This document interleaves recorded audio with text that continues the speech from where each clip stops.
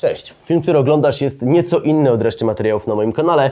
Nagrałem go dość eksperymentalnie. Pierwotnie miał on lecieć na zupełnie nowy kanał, który jednak nie powstanie, ale i tak poświęciłem na niego mega dużo czasu i pracy i chciałem go bardzo wrzucić na kanał. Nie zależy mi kompletnie na wyświetleniach. Chciałbym po prostu, żebyście może dali swoją opinię, czy widzicie mnie, Unboxala, w takiej innej, nieco bardziej dokumentalnej, edukacyjnej roli.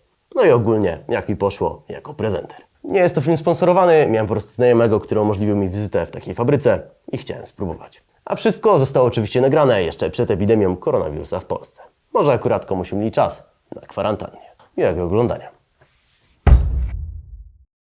Witam w pierwszym odcinku na nowym kanale. Dziś wylądowałem w Mielcu, w miejscu, gdzie produkuje się samoloty, czołgi i chyba najwięcej maszyn bojowych w całej Europie. Zobaczymy, jak to wygląda i jak to się produkuje. Od 1997 roku istnieje miejsce, z którego codziennie wyjeżdża ponad 4000 jeżdżących, pływających i latających konstrukcji. Ogromna fabryka o powierzchni 23 000 m2 każdego roku produkuje około 1 miliona zestawów i 0,5 miliarda klocków. I aż ciężko uwierzyć, że to wszystko dzieje się tak blisko nas, na Podkarpaciu, w Polsce.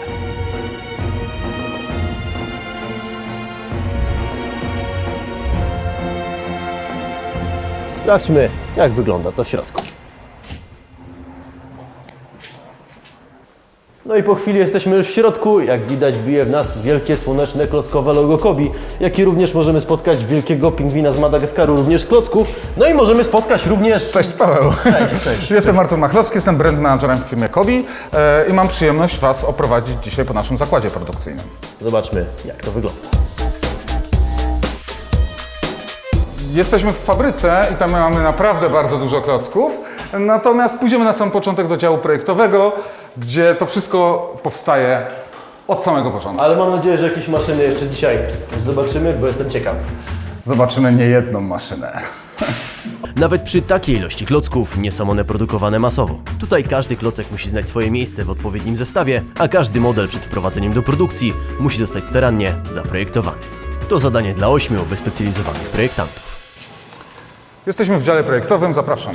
Jak tu ładnie, dzień dobry. Tu projektowane są nasze zestawy i szefem całego działu projektowego jest Damian, który ma najlepszą pracę na świecie. Otóż cały dzień siedzi, bawi się klockami i jeszcze mu za to płacą. Ja zazdroszczę. Cześć. No, nie do końca jest tak, jak Artur mówi, bo praca to jednak praca. My nie bawimy się tutaj klockami, tak przychodzimy, budujemy sobie co chcemy, wychodzimy kiedy chcemy. Musimy realizować założenia firmy i realizować projekty, które są pożądane przez klientów, którzy oni chcieliby kupować. Tak naprawdę wszystko może pójść nie tak i projekt jest po to, żeby wcześniej upewnić się, że ten schemat, ten model, ten z klocków jest dobry i będzie działał poprawnie, wszystko będzie ok. Tak, projekt jest podstawą, to jest punkt wyjścia. Bez tego nie ma modelu, nie ma tak, że nie, żywca bo można by sprzedawać pudełko, wsypać tam jakieś przypadkowe klocki, ale co ktoś złoży, kogo to zainteresuje, okay. tak? My musimy zbudować model, który ktoś patrzy na półkę i mówi wow, to jest świetne, tak? Dział każdego roku wykonuje około 200 projektów, które następnie trafią do produkcji i do sklepów. Ale prawdziwy początek tworzenia klocka zaczyna się w zupełnie innym miejscu. Jesteśmy w narzędziowni. Chodź Paweł. Tu należy się poruszać wzdłuż tych żółtych linii, ponieważ tutaj cały czas pracują. Tutaj produkowane są, krótko mówiąc, narzędzia, czyli przede wszystkim formy do wtryskarek, które produkują klocki. Okay. Zobaczcie, jak to wygląda. To praktycznie najważniejszy proces całej produkcji. Każdy klocek musi zostać spasowany co do setnych części milimetra, więc taką samą starannością wykonana musi zostać sama forma. Do akcji wchodzą tutaj frezarki, tokarki i inne maszyny sterowane numerycznie. Każdy, nawet najmniejszy szlif w formie, znajdzie później swoje odzwierciedlenie w kształcie klocka. Czyli produkujecie formy, elementy metalowe, bo chyba klocki elementów metalowych nie posiadają żadnych. Nie, zdecydowanie nie. Tu głównie produkowane są właśnie formy. Nie dotykaj. Tutaj jest zakład produkcyjny, tutaj niczego nie dotykamy. Ale ciężkie. To chyba nie na klocki. Zdecydowanie nie. To jest przeciwko youtuberom. Kształtów wszystkich klocków Kobi jest około 2000, to i form na ich wyciskanie nie może zabraknąć. Tu jest magazyn form. Czyli rozumiem, to są formy na wszystkie rodzaje klocków, większe, mniejsze? Tak, tu jest magazyn form. Te formy służą do tego, że pod bardzo wysokim ciśnieniem wtryskiwany jest rozgrzany ABS, czyli ten granulat. A czy tam są prasy, które je wytłaczają z tych form? W pewnym sensie są to prasy, tak. One nazywają się wtryskarkami, pójdziemy zobaczyć zaraz Idziemy park zgniatać. maszynowy. I każda z tych wtryskarek w tym momencie produkuje inny rodzaj klocka. Tak. Ich jest tutaj bardzo dużo, więc ta produkcja idzie naprawdę bardzo, bardzo szybko. Witam w kolejnym odcinku. Dziś zgnieciemy sobie klocki Kobi pod... Jak się nazywa? Wtryskarka. Pod wtryskarką elektryczną. Z czego są te klocki? Z czego to powstało? To jest jakiś plastik? Co to jest? Skąd Tak, to się no to jest wzięło? granulat, to jest ABS, tak to się nazywa. To są po prostu Trochę jak żwirek dla takie kota. drobinki, dokładnie tak, wygląda jak żwirek dla kota. Ale jeszcze ciepły jest. On jest też podgrzewany po prostu do wysokiej temperatury i wtryskiwany. Tutaj się ten Można granulat taki worek dla wsypuje. kotka sobie? Tak, oczywiście dostaniesz jeden worek Gratis. granulatu Od dla firmy. kota. Wsypuje się ten granulat do środka, on jest podgrzewany i wtryskiwany do formy. Forma zgniata granulat, za chwilę się otworzy, wypadają gotowe. Padają klocuszki, Tak. które lądują tutaj w Te pudełku. klocki są w formie rozdzielone takimi prowadnicami. To później oczywiście jest mielone i znowu robiony jest z tego granulat.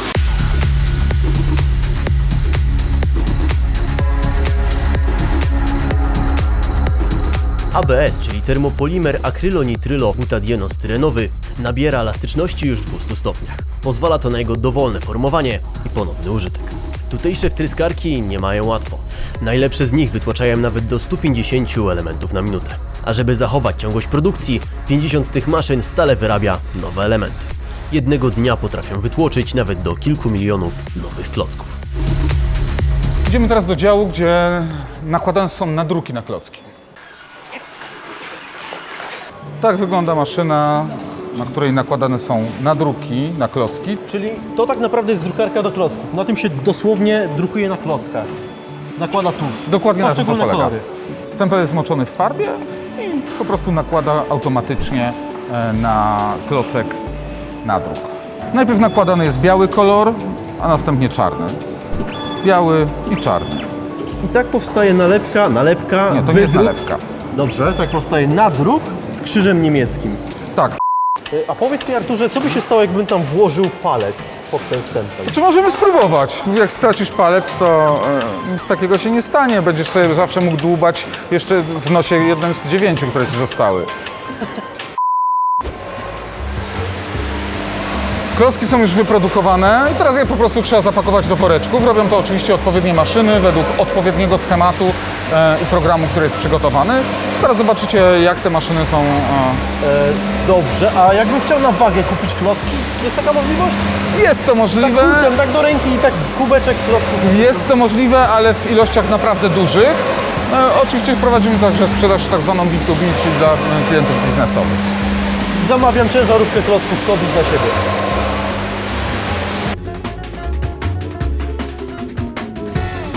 Te maszyny pakują te klocki do woreczków, foliują je, a te woreczki później trafiają do maszyny, która pakuje je do pudełka Czyli kartonowego. załóżmy, składamy Titanica z Kobi. Tu są maszty, tu są burty, tu są kotwice, tu są ludziki. W każdym Dokładnie jest tak to wygląda. Jeżeli podejdziemy dalej, tutaj pakowany jest na przykład amerykański samolot z okresu II wojny światowej, Korsarz. Nie dotykaj, bo to są urządzenia elektryczne.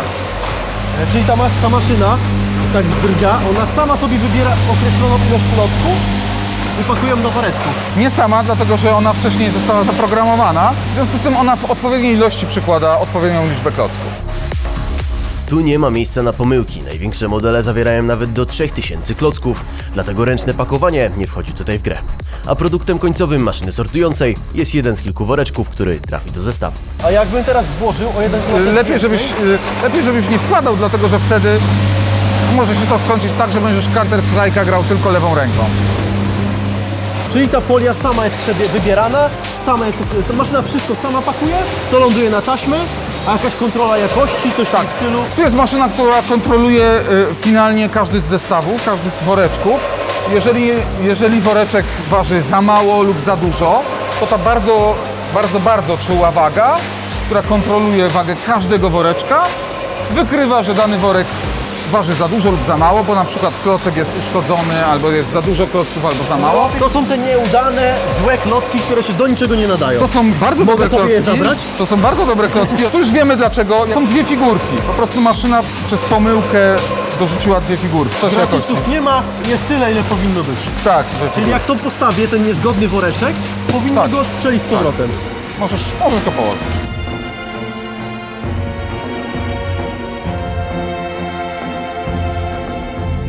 Po wyprodukowaniu wszystkich woreczków zestaw jest praktycznie gotowy. Lecz nie trafiają one od razu do pakowania i wysyłki. Mają swoją poczekalnię półproduktów, w której to poczekają wraz z pozostałymi 150 milionami innych klocków. To jest magazyn wysokiego składu, w związku z tym tutaj klocki przechowywane są aż na 6 piętrach. Kawał regału. No nie, tak łatwo tego nie wywrócisz. Natomiast zwróćcie uwagę na to, że on jest naprawdę ogromny. On się ciągnie zarówno w tę, jak i w tamtą stronę. Mogę się przejechać wózkiem widło? To są woreczki, które są przygotowane do pakowania do pudełek kartonowych. To jest jeszcze więcej klocków, Tu jest bardzo dużo klocków. bo jesteśmy na drugim piętrze, wszędzie są klocki, po sam sufit. Tak, nie licząc parteru oczywiście. Klocki jadą, klocki są na półkach, są wszędzie. Tak, tutaj akurat są takie przechowywane mniejsze ilości klocków. W związku z tym tutaj jest kilka pięter i te półki nie mają potrzeby aż takiego wielkiego udźwigu. Pociski artyleryjskie. Skobi, zarąbiste. To legalne jest? Tak. Po całym tym sortingu przez maszyny wszystko trafia między innymi tutaj. Tak jest. I one trafiają tutaj do magazynu, a stąd według odpowiednich ilości dostarczane są do maszyn pakujących, gdzie są pakowane. I wysyłane na cały świat. Na ten taśmociąg. Ten taśmociąg przewozi klocki do magazynu eksportowego, gdzie są pakowane na pelety i wysyłane w zasadzie na cały świat. Podstawowym rynkiem dla nas to są Stany Zjednoczone, Niemcy i Polska. To są trzy takie najważniejsze rynki, które sprzedają najwięcej klocków Kobi. Czyli dzisiaj dowiedzieliśmy się, jak produkuje się Kobi. Mam nadzieję, że wszyscy już wiecie i razem będziemy mogli produkować swoje klocki. Nie, żartuję, nie potrzebujemy. Mamy już dobre polskie klocki. Dziękuję za oprowadzenie. Dzięki. I do następnego odcinka. Do zobaczenia. Może jeszcze tu wpadniemy na kolejne unboxingi. I tak kończy się moja przygoda w Kobi.